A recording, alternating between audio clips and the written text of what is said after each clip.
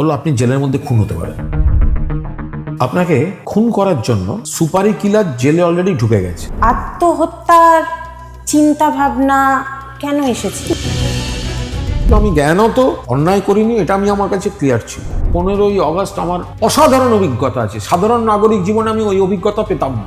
বর্তমান যে নেত্রী মমতা বন্দ্যোপাধ্যায়, তিনি চোর ইত্যাদি ইত্যাদি অনেক কথা বলেছেন। যখন আমার কিছু ছিল না, একটা সামাজিক স্বীকৃতিও ছিল না, তখন বিজেপির কেন্দ্রীয় সরকার আমাকে একটা কমিটির পদ দেয়। একদল আছে তারা হচ্ছে পুরো অতৃপ্ত আত্মা, একটু নাম করা লোক দেখলেই তাদের একটা সাইকোলজিক্যাল বিকার হয়। আজকের দিনে দাঁড়িয়ে ওনার কোনো কবিতাকে যদি কেউ খাটো করেন, আমি তাদের বলবো হাট্টিমা টিম তারা মাঠে পাড়ে ডিম।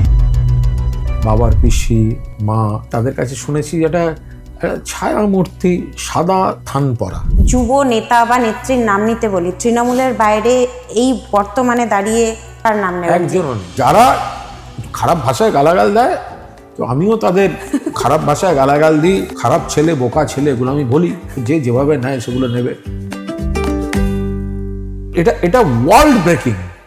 পৃথিবীর কোনো সাংবাদিকের কাছে এই ক্রেডিট নেই যে বলবে আমি আগাম বলেছিলাম লাদেন ওয়ার্ল্ড ট্রেড সেন্টার ধ্বংস করতে চলেছে। আমি 3 জন প্রধানমন্ত্রীকে শপথ নেওয়ার আগের দিন আমি ইন্টারভিউ করার সুযোগ পেয়েছি। আপনি জ্যাক অফ অল ট্রেডস, মানে মাস্টার অফ নান।